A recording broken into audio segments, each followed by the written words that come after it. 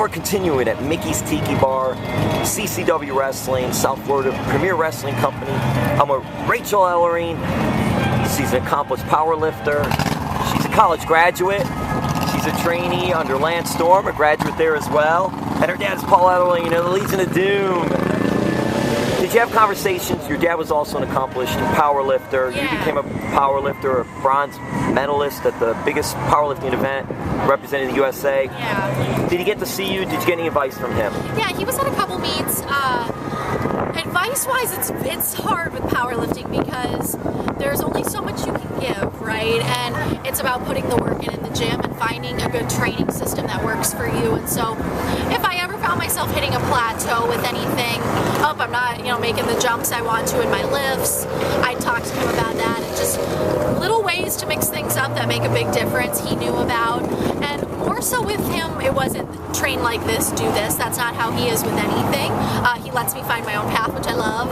His thing was just getting mentally ready, visualizing your lifts and just being in that zone when you get to the meet from the start till the finish, and right after weigh-in, getting good food in you. And that was more of the advice that he gave, and so still just as useful as lift X amount of pounds off the ground. So what was Dad and Mom like when you made Team USA and representing your country? Yeah. What was that like for them too? Oh, I think they were proud. I think they would say that. If I remember right, my mom choked up a little bit. I love my mom. She's my favorite. And so she was so stoked. And my dad, he was like, okay, that's great. I'm so proud.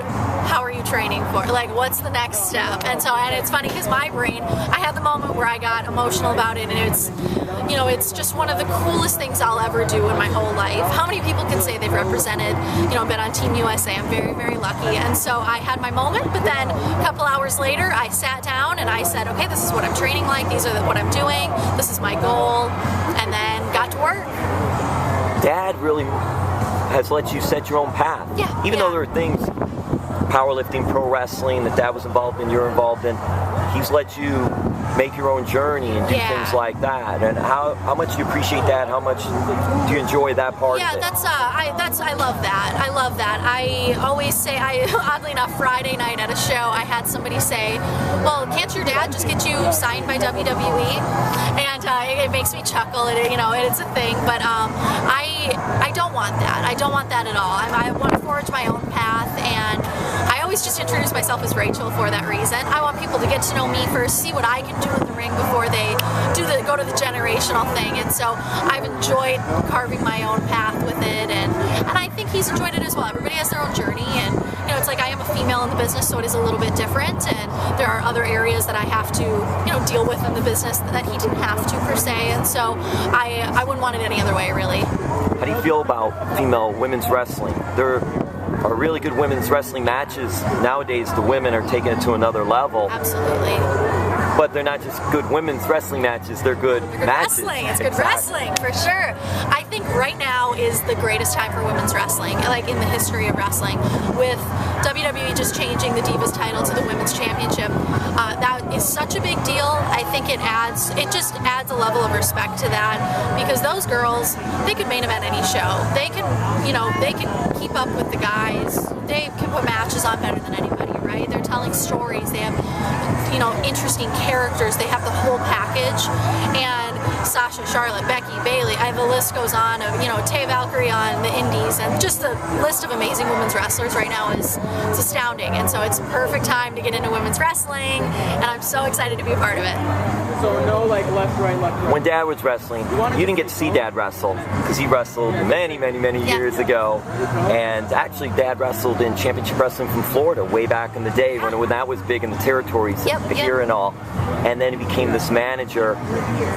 For you, your experience watching him was actually on YouTube. And seeing him there. So what was it like when you find out as a little girl that Dad was in this business, this crazy professional wrestling business, crazy, and then, amazing world, right? Yeah. And then later on, seeing him and watching him do his thing, because he's Dad to you. Yeah, exactly. Yeah, like you said, growing up, people would always ask about it and say things, and for me, like, it's just my dad. Like, you have a dad, I have a dad. Look at that. We all have dads, right? And so I never looked at my dad as being famous or on a different level than people. He's my dad, right? And so he's at my games and takes me to school. It's just my dad. And so it wasn't until I was 16 and I discovered wrestling and fell in love with it so deeply that I went back and I watched all of his stuff, all of the Road Warriors stuff, and it's very cool because I don't necessarily watch it as, wow, that's my dad, how neat, right? That's my Uncle Hawk, look at that, right? I just look at it as, those guys are BA wrestlers that I love watching kick people's butts, right? And so I watch it more as a fan versus, that's my dad. But it is very cool to think that he did have such an influence on the business and that they are known as, if not the greatest, one of the greatest tag teams of all time. So it's very, very cool.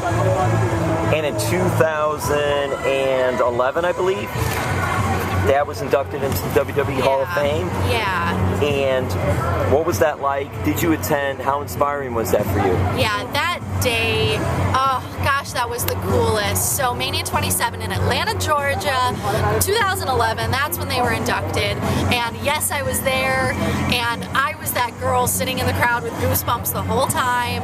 And I decided when I was 16 this is what I was going to do, but then sitting there in that crowd, it's a moment I'll never forget. It was the moment where I knew 110%, I have to do this. This is what I'm meant to do. This is what I love. It's everything. And so I just get chills talking about it. But it was the greatest night. I was so lucky to be there. And it was one of the proudest moments I've ever had. Yeah, I probably ever will have, seeing him stand up there and, just reflect on their careers and how responsive the crowd was, and just so cool to be there for that. Your dad obviously worked with so many in the business. Yeah. And one time you were getting ready for powerlifting and your dad was talking to someone and he gave you the phone, and if you could just tell a little bit about what happened there. So I'm just casually sitting there and my dad says, hey, I gotta do something, will you talk to, I'm like, okay, well, is it, who are we talking to, family, friends? And it was Ken Patera. And so I got to chat with him for a little bit, which was hilarious. I laugh about it because I'm just thinking, hi, who is this? And then I'm like, oh my gosh, okay. And so I think it was right before the World Championships or Nationals, one of the two. And so we got to talk a little powerlifting. And yeah, because Ken Patera was the world's strongest man as a wrestler. What a brain to pick, right? But he actually was an Olympic caliber powerlifter, weightlifter, that's a shoot. And so it was the coolest 5-minute conversation I've ever had when I'm thinking, is this grandma? What's going on, right? No, very, very cool. Yeah, it wasn't grandma. Was not grandma. Grandma's up there, but this was very, very cool. So Rachel, I'm going to wrap this up. Sure. And it's interesting to me because you are setting your own path and you are setting your own journey. Yeah. But it is interesting. Dad was a power lifter. You're a power lifter. Right.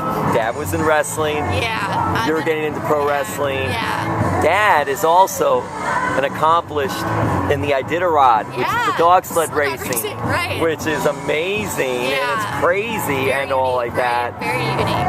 So what do you think about that? And is that something maybe you might pursue as well? Oh, right now I'm full on, I'm a wrestler, right? This is all I want to do. And so hopefully in the next, 20 years I'm in this. But my younger brother and my sister actually are into dog sled racing. And so my dad still has all the dogs, runs the races. I've been to an Iditarod. The last one he did, I was there for the start. And that was one of the coolest things I think I'll ever do. So many people, and obviously my love for dogs is off the charts, right? And so I got to lead the team to the start, which was just so awesome. So lucky to do that. And so it was a blast. It was very, very cool. What are your brother and sister's names? Yeah, my older sister's Rebecca. She's a teacher. And then my younger brother is Saul, and he just graduated from college. So he's finding his own little way, decide what he wants to do. Were they athletic as well? My older sister danced, so she did dance, and then my younger brother, he did wrestling in high school, just amateur, and he's a big gym buff, so he's into that and helps train people and all that kind of stuff, so he's in that direction of athletics. No ambition of wrestling for either of them? Not that I know of. Yeah. Maybe, but yeah. No one said anything right. Right now, I'm a wrestler in the family. Right? Yeah. And now we're going to, okay, good, we'll wrap it up. you're very good on social media.